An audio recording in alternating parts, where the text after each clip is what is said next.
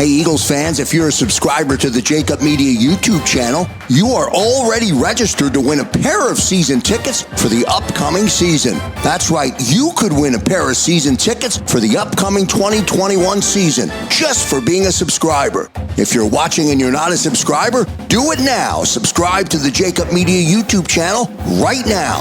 What do you need to do? Subscribe right now.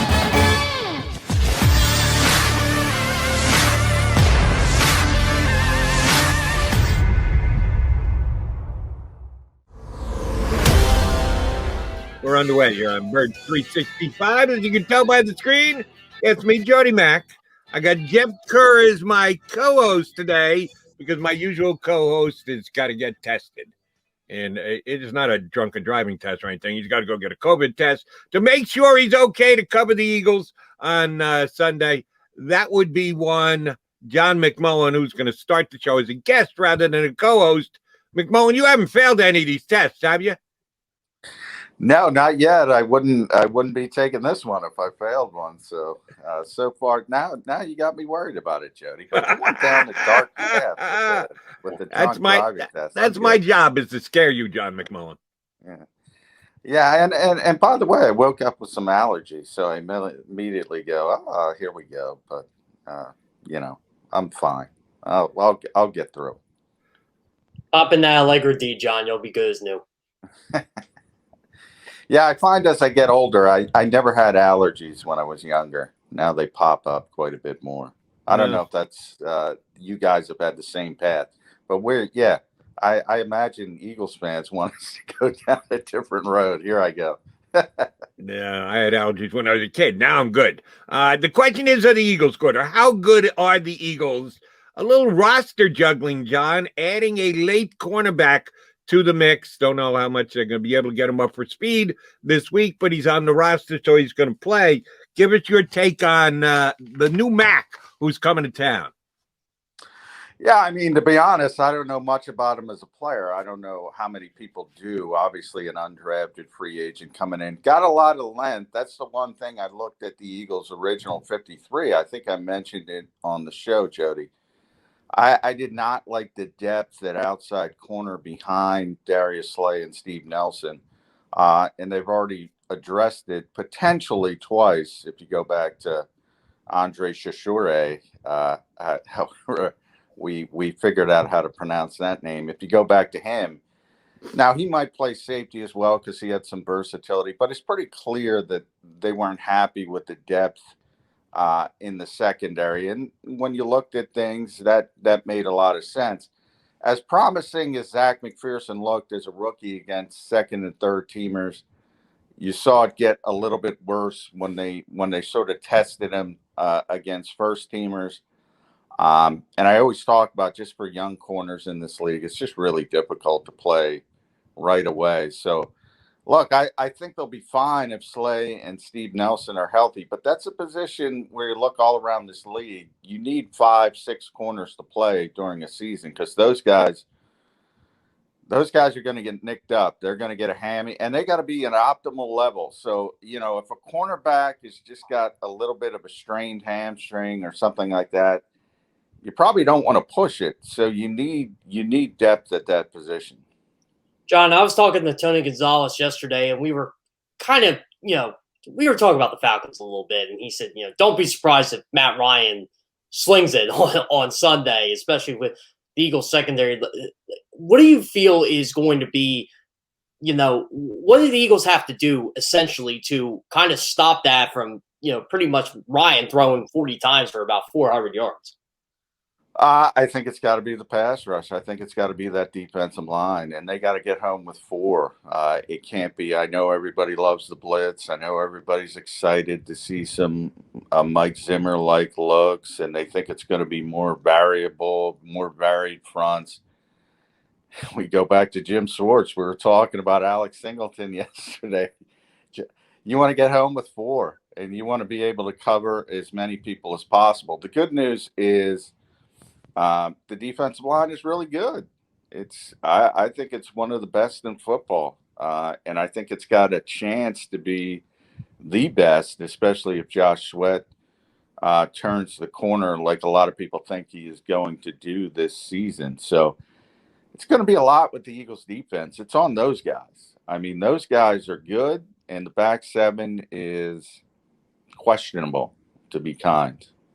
I would say certainly the front four is the strength of this defensive team, but I'm going to buy into what JG's selling, and I think they are going to blitz, John. And if you believe that they truly believe that they can cause turnovers, that turnovers are a key, that the whole hits mantra of getting those turnovers. A lot of times when you bring that extra guy, not only does he get there, he gets there clean and he gets there unexpected, which can mean tip passes, which can mean hit the quarterback while he's throwing it, get the ball up in the air. I do think they're going to be aggressive. The question is, if that's the case, if they're bringing an extra, which they did very infrequently with Jim Schwartz, where's it coming from? Linebacker, safety, or do you think we're going to see some action off the corner a couple times during this game to try and confuse Matty Ice a little bit? Yeah, I mean, I'm not saying they're never going to blitz. Obviously, they're going to blitz on occasion. I think the hope would be that you don't need the blitz very much. And, I think they're going to play a lot of cover 2, cover 3, which I don't think should be a surprise. That's been Gannon's thought process through the whole thing. But yeah, I'm interested when he does give the A-gap looks. I know Jannard Avery was the one who kind of did it a little bit in the preseason. And he's got some pass rush ability, but he's been banged up. He's back at practice. So we'll check the participation report today and see how close he is, if he's able to go. But I mean, if you do, you talk about safety. There's no Harrison Smith here. There's no Darius Leonard here. There's no Anthony Barr here. So it's a fair question. I mean, if you have those kinds of players, it's easy to dial that up. It's not as easy to dial up when you don't have those players, and it's more about the surprise aspect of it. And by the way, Matt Ryan is sorry, John. Go ahead. Matt Ryan has seen everything. It's going to be tough to fool him. The thing with Matt Ryan, you just got to make him uncomfortable, and that's where the pass rush comes. But he's not going to be surprised by a blitz. He is a veteran. I'll give you that. Ryan Kerrigan. We've seen so little of him because of the hand problem that he suffered during the preseason. The first couple of weeks when he first came in, when camp opened up, people were pleasantly surprised. Hey, he's still got the step. He's going to be able to contribute here, and he's been in bubble wrap for a while now. How close is he? What kind of a factor do you think he plays here week 1? Yeah, I mean, he hasn't practiced, so we'll see. We'll have a better indication today if he's got a chance to play. Originally, when he had the thumb surgery, they said 7 to 10 days. So in theory, he should be ready to go. He's one of those guys where I don't necessarily about preseason reps. So hopefully he is healthy. I think his role is more interesting. Is he going to be just the 4th defensive end? In that case, you're talking probably 20-25% of the snaps, maybe, because you're so deep. Or is he going to be in the mix for that Sam linebacker role, which would be new for him, but he played 3-4 outside linebacker. It's not like there's going to be a ton of coverage responsibilities, but guess what? If you need somebody to drop into coverage, if it's a zone blitz look or something like that, I mean, he's got more experience doing it than Jannard Avery or Patrick Johnson or somebody like that. Now, I have heard the curveball, and I probably threw it out there, that we might show up and Alex Singleton might play a little bit of that spot, and you have Eric Wilson and TJ Edwards. So there's different ways you can go about it. And throw a little bit of a curveball, which I know the Eagles are very interested in doing. And maybe that would be the best route to go at that Sam linebacker position. And then sort of, Alex is smart enough to where he can play Sam linebacker in those situations and then move back inside off ball and still be that 3-down linebacker they need. So there's a lot of ways they can go. But one thing you can say about that particular position, a lot of uncertainty, and that's been a theme for this Eagles. So a lot of uncertainty surrounds this team. John, I think the Eagles have a couple options here. I know one that's out. You probably do too. But who the heck is going to be responsible for Kyle Pitts on Sunday? Good question. I would say, Jeff, that, and I say the same thing about Devontae Smith here. I mean, I think Kyle Pitts is going to be a great player. I think he's going to be really, really difficult, but I also think he's going to have some hiccups as a rookie player. Every rookie player does. You go back to Jefferson last year, historic rookie season, whatever he ended up, 1,400 yards. Okay, he wasn't a starter week one. He didn't even start. There's a ramp up period for these guys. So I would say it looks bad on paper. Who do you have to stop a player like that? But I think you're getting a little bit of a break getting him so early in the season, because I think he's going to need time to get his feet on the ground and figure things out. So I think that alone will help the Eagles. And I think they're going to throw a bunch of different looks at him for that reason. I don't think it's going to be one guy.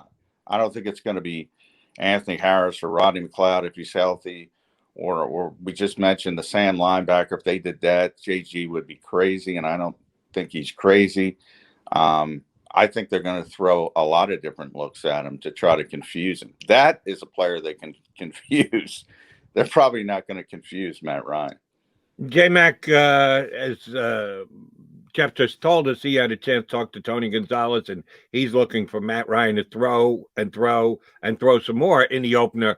I would too, because I don't know about you. Mike Davis doesn't scare me. Last couple of years, no running game, so they have to throw it. Exactly. Yeah. He was okay in Carolina at best.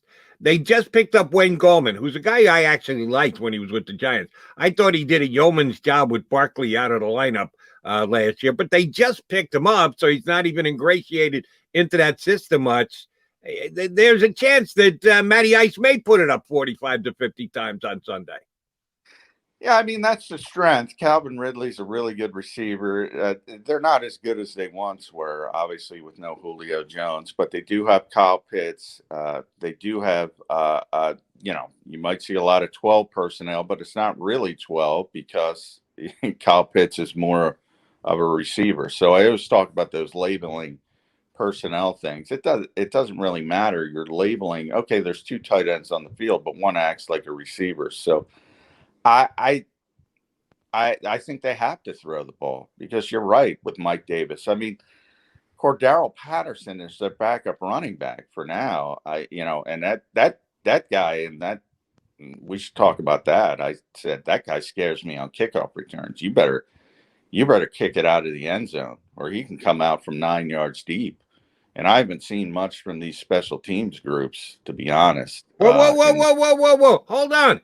J.J. Arcega-Whiteside made the team because of his outstanding special teams play. Yeah. I think, and I'm on record with this, and I mentioned it with Krause last night. We were doing a show. To me, he is, and it doesn't even matter in the modern NFL, because most places you just take it at the 25 and go. He is the best kickoff returner I've ever seen. He is the Justin Tucker of kickoff returners. He will take it 9 yards deep, and he will. You can go back to the Chip Kelly days. Remember what the Eagles did when Patterson was returning kicks? They fractured their whole game plan by just trying to kick it away from him and giving him great field position every single time. Look, he's aging. Maybe he's not at that level anymore, but he's the best kickoff returner I've ever seen. And I never talk about kickoff returners because they're meaningless in the modern NFL. But Jake Elliott, remember, he had that ankle. Aaron Cepas was kicking off. They probably better find somebody who can kick it out of the end zone. John, I wanted to mention this too. I spoke to Jalen Hurts Friday, and this is my first chance at a one-on-one with him. And I got a couple guys from Oklahoma. They told me, hey, prepare yourself a little bit. He doesn't say much. And I was like, okay, I've listened to a couple of his press conferences. they were right to an extent, but I did figure out something. He seems like a guy that when you ask him about somebody else, especially on his team or, another quarterback, especially from Alabama, he'll open up a little bit more. Have you gotten that sense just from, being there every day? Yeah, he's a guy that you're right. He doesn't like to talk about himself, and I think that's part of the natural leadership that we always talk about. And he's willing to prop up his teammates, and I think that doesn't go unnoticed. He's also much more willing to talk about, for instance, I I the one-on-one with him too, Jeff, and I got into Texas high school football. He loves talking about that. Stuff like that, he will really open up. But yeah, I mean, he's been taught well as far as the NFL goes, and he understands. And it really comes from Nick Saban. It's not anything the Eagles have done in his time at Alabama and what he went through at Alabama. And Nick Saban, because we have Nick here, really got it through to him. And he calls it rat poison, which you've probably heard, Jeff. Don't feed into it at all. And he really has took that to heart way back when, and he continues to do it. He does a really good job navigating that kind of stuff, whether it was Carson Wentz this year, whether it was Gardner Minshew last year with Gardner Minshew this year. He does a really, really good job deflecting that stuff and changing the narrative and changing the conversation, which people can say, what does that matter? I think it matters a lot for a quarterback to be able to have that kind of skill and to be able to handle those types of situations, especially in Philadelphia, because it's obviously Howie Roseman doesn't consider those situations, by the way. I got a couple of texts while you're just talking to Jeff there from Billy White Shoes Johnson and Devin Hester, who said, best kick returner in the history of the National Football League, Cordell Patterson. What is McMullen smoking? There's a test they should be giving him today, and it's not a COVID test, either a drug test or an alcohol test. But that's just someone else's opinion. Who's the best kickoff returner? That's like going old school and giving me, Jan Stenerud is better than Justin Tucker. He's not.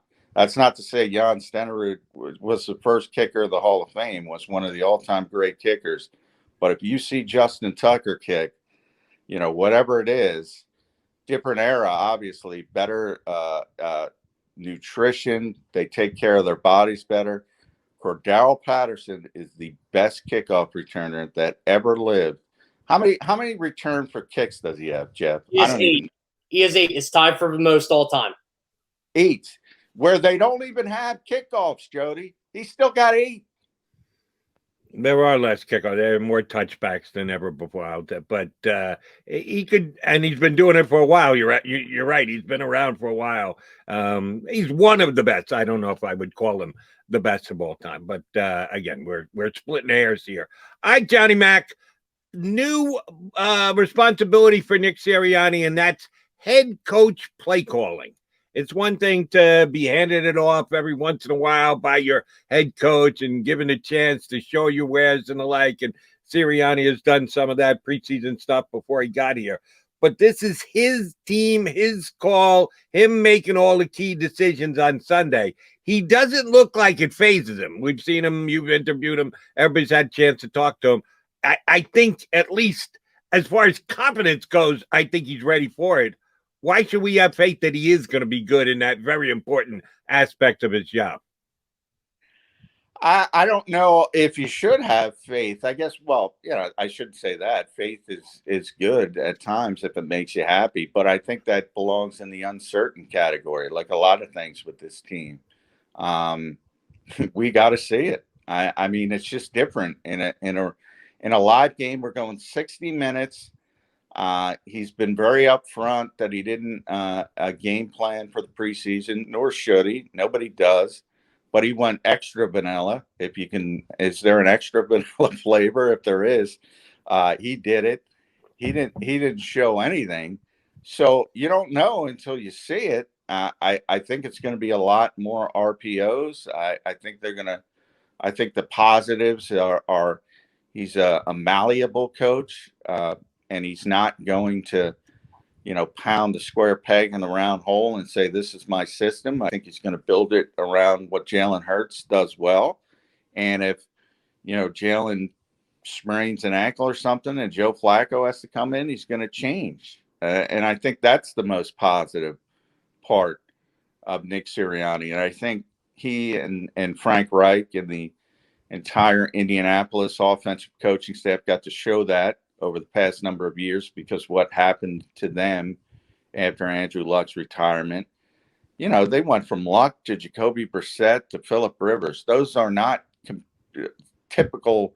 Those are not quarterbacks that are stylistically similar. And they always put together at least a competent offense. And I think that part is what you should hang your faith on. But we have to see it. I mean, we haven't seen anything. John, I'm going to go back to my interview with Tony Gonzalez, and I just happened to bring up Zach Ertz, and his eyes lit up when I mentioned him. And he said, look, I'm sure you saw the quote I put on Twitter, he might be one of the most underrated tight ends ever. And he said on Sunday, the Eagles would be foolish not to use him, and they'd be foolish not to use him this season. He's really high on Ertz having a bounce back year. And he said, Jalen Hurts should give him the ball as many times as he can. What problems do you feel Zach Ertz can give this Falcons defense? Yeah, I mean, you're right. All tight ends light up when they hear Zach Ertz's name. He's got a lot of respect among his peers, especially as a route runner. Nick Sirianni loves him, and if he doesn't love him, he does a really, really good job of pretending he loves him. Because I just think, remember when he got this job, and I put Jason Michael in the same category. He's the Eagles tight ends coach. They came in thinking they weren't going to have Zach Ertz. They were like everybody else. They didn't think he was going to be here. They knew what was going on. They were told he was not going to be here. And all of a sudden, Jason Michael was the one, and I wrote about this on Philly Voice. He was the one who said, well, he's here now. I'm gonna contact him. I'm gonna call him up. I'm gonna try to build a relationship. And he did. And I think that was the genesis of it all, in the fact that it kept, the Eagles were still going to go in the different direction if they got the value they wanted. But all of a sudden, training camp shows up. He's not going to take $50,000 worth of fines, so he's got to show up. And all of a sudden, he's got a relationship with Jason Michael. And Nick Sirianni always says his first core value is connecting, and they talk to each other before every practice. Now, Nick is one of those guys who goes around and bops around, talks to a lot of players, but he spends a lot of time with Zach Ertz, a lot of time before every practice. They like each other. They get along. And I think he showed up, and Nick Sirianni said, oh, I'm going to have this guy. Well, I'm going to shift gears. And I think he's already shifted gears. And I just put it simply. Look, if you guys were an offensive coach and your options were Zach Ertz, Dallas Goedert, or Quez Watkins, one of them's got to come off the field. Who's coming off the field? It's the same thing Doug went through every year. It's nothing against Quez Watkins. I mean, he's got potential. Hopefully he turns into a good player, but you got to put your best players on the field. That's where I think Nick Sirianni is. It will be very interesting to see how much 12 personnel the Eagles roll out on Sunday, because if you want to go back to Indianapolis, the Colts use a lot of 12 personnel. Yeah, they used different quarterbacks with different styles and different systems, but they were a team. Well, Frank Reich was there to be very willing to go to 12 personnel. So we'll see if the changes come in Nick Sirianni, because some of the organization. Real quick while I jump in here, Jody. Now, understand, I think the number one team in the NFL ran 12. Jeff might know. I think it was 41, 45%, somewhere in that range. It was under 50%. Look, yeah, I think it might have been the Eagles. I think they were 37, and I'm trying to remember. Second. I think Minnesota was first. I think it was 41, somewhere in that range. Yeah, you're right. Yeah, Vikings were up there. They definitely were up there. you can't play 12, 100, 90% of the time. I mean, just if you, for instance, if you have a play drawn up for Devontae Smith, you want to clear out to get him the football. You want some speed on the field. You want Quez Watkins, so you're gonna have people on the field just to accomplish what you're trying to accomplish. But I think in high leverage situations, key situations, you need a big third down. It becomes, as my friend Colin Thompson always says, about the Jimmies and Joes, not the X's and O's. You want your best players on the field. And in those high leverage situations, that's what I'm kind of talking about. Who do you want on the field? If Zach Ertz is healthy, and he seems to be, I want Zach Ertz on the field. Right. And if I didn't break it down analytically well enough, let me try again. As you just pointed out, the Eagles were number 2 in the NFL in the number of 12 play possessions that they ran, just ranking them in the NFL. I think they're going to be in the top 5 again this year, even if it's only 34% of the time that they're actually doing it. The way that they talked during the offseason, it sounded to me like they wanted to get down in the second half of the teams ranked in the NFL, that they wanted to be 4 and 5 wide that much more often this year. I'm just saying I don't think it's going to happen because of Zach Ertz still being here. Well, they should. I mean, they arguably have the top tight end room in the NFL, so they should play 2 tight ends more than anybody if they have Zach Ertz and Dallas Goedert healthy. Now, you're right, and Nick has said this on the record. He wants to play more 11 personnel, but that's where I like Nick Sirianni in that he is malleable. As I said before, he's not going to just play it just to play it. He thought he wasn't going to have those 2 tight ends. He thought he was only going to have 1 top tier tight end, and in that instance, you probably shift to playing more 11.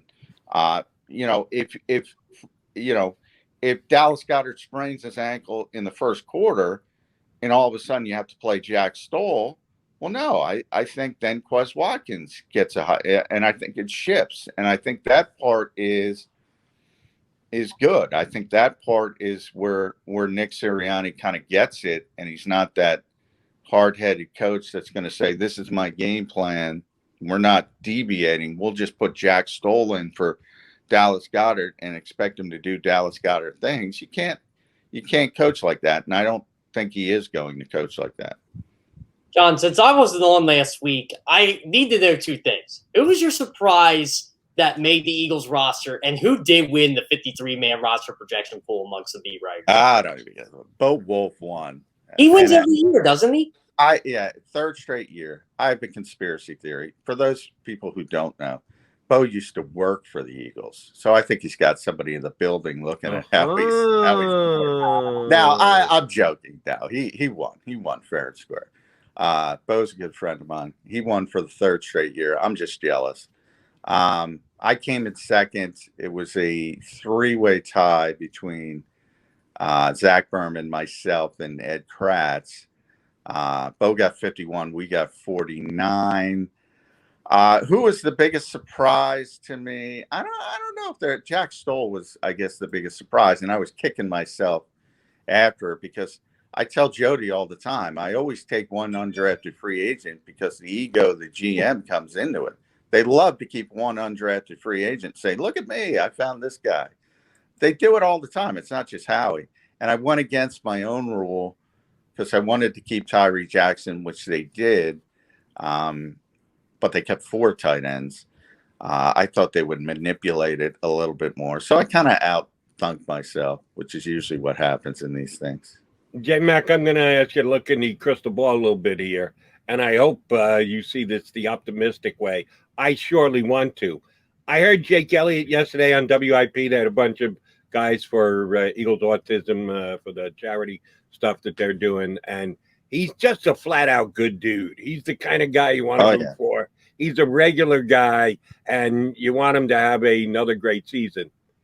He wasn't all that good last year. He had very little action in preseason because he tweaked something, and that's why Aaron Cepas was kicking off. We just assume he's going to be good because he made some practice kicks in front of you guys in training camp. How big a factor is he for the Eagles this year? I think Jake is a good kicker. I think he's probably a little bit middle of the road. If you're going to rate the 32 kickers, he'd probably be in the top half, but lower, 12, 13, 14 range. I think, you could do a lot worse.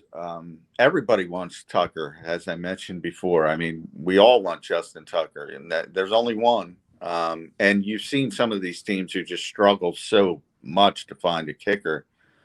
So I think people have to realize it would be nice. And I always joke, Jake's great at everything, ping pong, golf, shooting, 3-point shooting contests. He's going to win everything. Great softball player, phenomenal athlete. Just can't make that 33-yard extra point. The weird thing is he's great from distance. And he occasionally misses the PAT. So obviously, I think it's a mental hiccup. Now it could also be the battery, so to speak. Rick Lovato is one of the best long snappers, but they have had Cam Johnson. Now it's CPOS as the holder. Those holders, man, they are. They can screw things up if they're not perfect, and guys get a mental block. I remember talking to Blair Walsh's father. Jeff will remember Blair Walsh. He was an all-pro as a rookie. He was unbelievable, and then he just lost it, and it's because of the holder. He lost Chris Cluey, was his holder, and he just wasn't the same. And it could be something that simple. I'm not saying that's what happened with Jake Elliott, but kickers are, man, they're mental creatures. They're like, if they get something in their head, it could be difficult. But I don't concern myself too much about Jake Elliott because he's pretty good. Might not be as good as you want, but again, not everybody can have Justin Tucker. Right. John, who was that holder in the playoff game where he missed the 29-yard field goal? Do you remember? That's a good question. I do not remember. I know it wasn't Chris Cluey. I forget who they changed at punter. But that's a kick you should make with the worst holder in the world. So that's the kind of thing, like, all right, you're mentally shaking a little bit. So you still got to make that one. No, if it comes down on Sunday to a missed kick, we'll be analyzing the holder Monday here on Birds 365. All right, McMullen, go get your test. Catch you back here tomorrow. Get ready for some football by Sunday. All right, thanks, guys. Appreciate it. John McMullen, usual co-host with me here on Birds 365, is got to go get half of his life is waiting for the Eagles to start practice and getting tests to be ready to cover the Birds as well. I'm lucky enough to have Jeff Kerr by my side. He's filling in for Johnny Mack. He'll stick around for the hour and hey we got left here on Birds 365. We do have one other guest coming your way, and I was able to get him to agree to hop on last night. You've heard him before here on Birds 365. I hope you've been reading him for decades, Eagle fans. Paul Domowitch, who covered the Birds forever for the Daily News, decided to step away from day in, day out writing this year, heading into the season. He just turned in his retirement papers, took the buyout at the Enquirer. Damo's going to hop aboard. He did his finale column for the paper this week, which I thought was really good. If you haven't read it, you do need to go back and check it out at Enquirer.com, Philly News, Philly.com. Damo is going to join us next hour. Yeah, we're going to have him on from time to time during the year, even though he's not down in practice. He sure as hell can generate an opinion on the Eagles. He certainly knows the organization and this team enough. Paul Domowitch going to join us next hour. We come back. I got a couple of more leading into Sunday's game against the Falcons things to give to Jeff Kerr next year on Birds. If you missed any of today's show on the JAKIB Media channel, listen to the podcast on your way home. Available on YouTube, Apple, and Spotify.